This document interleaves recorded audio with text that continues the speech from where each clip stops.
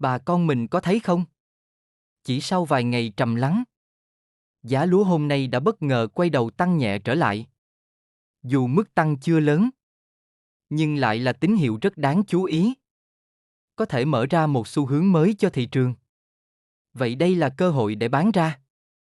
Hay nên chờ thêm để được giá tốt hơn? Ngay sau đây, kênh Miệt vườn Tây Nam sẽ cùng bà con phân tích chi tiết.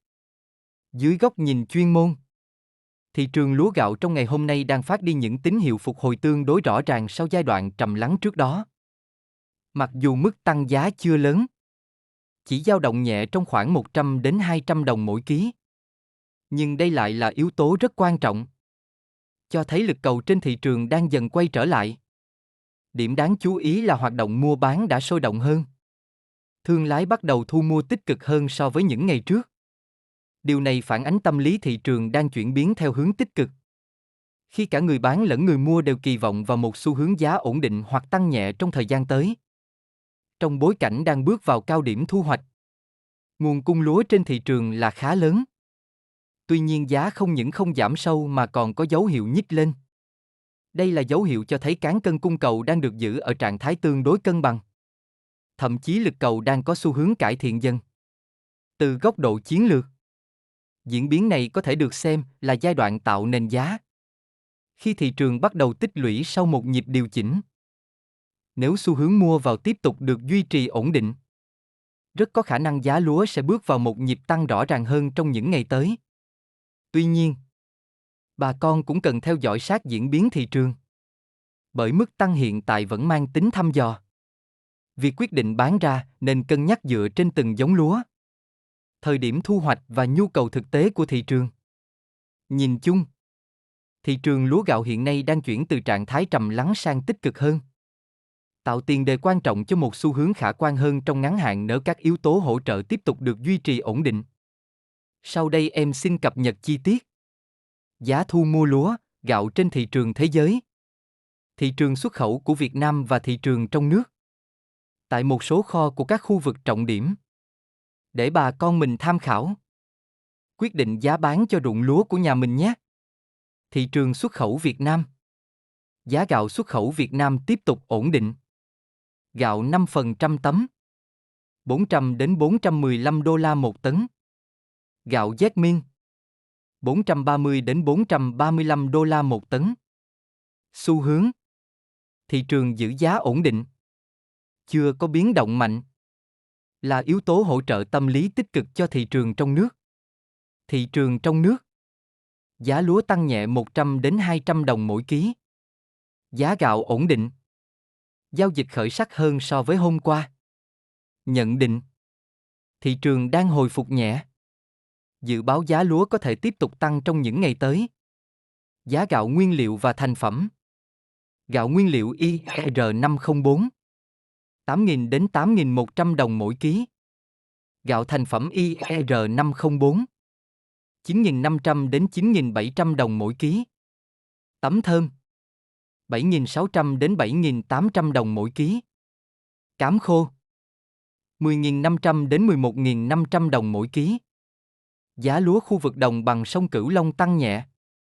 OM 5451. 5.400 đến 5.600 đồng mỗi ký. Đài thơm 8. 5.700 đến 5.900 đồng mỗi ký. RVT. 6.200 đến 6.500 đồng mỗi ký. IR50404. 5.300 đến 5.500 đồng mỗi ký. ST24. 6.800 đến 7.000 đồng mỗi ký. DS1. 6.200 đến 6.500 đồng mỗi ký. Japonica. 6.300 đến 6.700 đồng mỗi ký. OM380. 5.400 đến 5.700 đồng mỗi ký. OM4218. 6.000 đồng mỗi ký. OM34.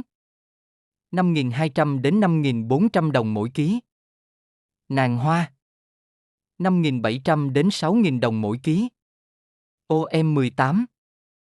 5.600 đến 5.900 đồng mỗi ký. ML202. 5.500 đến 5.800 đồng mỗi ký. Nếp Long An 6.400 đến 6.600 đồng mỗi ký. Nếp 3 tháng rưỡi 5.800 đến 6.000 đồng mỗi ký. Nhận xét: giá lúa tăng đồng loạt nhẹ tùy giống. Thị trường có dấu hiệu phục hồi rõ hơn so với trước. Giá phân bón tham khảo: Uri Cà Mau 870.000 đến 910.000 đồng một bao. Uri Phú Mỹ 830.000 đến 860.000 đồng một bao. Kali Cà Mau 650.000 đến 690.000 đồng một bao. Kali Canada 620.000 đến 630.000 đồng một bao. DAP Hồng Hà 1.050.000 đến 1.100.000 đồng một bao. DAP Hàn Quốc 1.300.000 đến 1.150.000 đồng một bao. NPK 2015 1.050.000 đến 1.100.000 đồng một bao. Phân lân Long Thành 370.000 đến 380.000 đồng một bao. Lưu ý: giá phân có thể chênh lệch tùy hình thức mua, tiền mặt hoặc mua thiếu. Dưới góc nhìn chuyên môn, thị trường lúa gạo hiện nay đang bước vào giai đoạn hồi phục mang tính thận trọng. Với những tín hiệu tích cực dần được hình thành sau thời gian trầm lắng, mặt bằng giá lúa đã có sự cải thiện nhẹ, phản ánh lực cầu đang quay trở lại. Tuy nhiên đà tăng vẫn chưa đủ mạnh để tạo thành xu hướng bứt phá rõ rệt. Trong ngắn hạn, nếu hoạt động thu mua tiếp tục được duy trì ổn định và dòng tiền lưu thông tốt hơn, khả năng thị trường tiếp tục nhích lên là hoàn toàn có cơ sở. Dù vậy, đây vẫn là giai đoạn mang tính tích lũy. Cần thêm thời gian để xác nhận xu hướng rõ ràng hơn. Với bà con nông dân, thời điểm hiện tại chưa cần vội vàng bán ra bằng mọi giá, mà nên theo dõi sát diễn biến trong vài ngày tới. Việc lựa chọn đúng nhịp thị trường sẽ giúp tối ưu hiệu quả kinh tế, đặc biệt trong bối cảnh giá đang có dấu hiệu cải thiện nhưng chưa thực sự ổn định.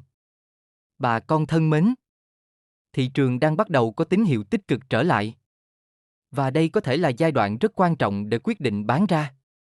Ai theo sát thông tin, hiểu đúng xu hướng, sẽ nắm được lợi thế rất lớn trong vụ mùa này.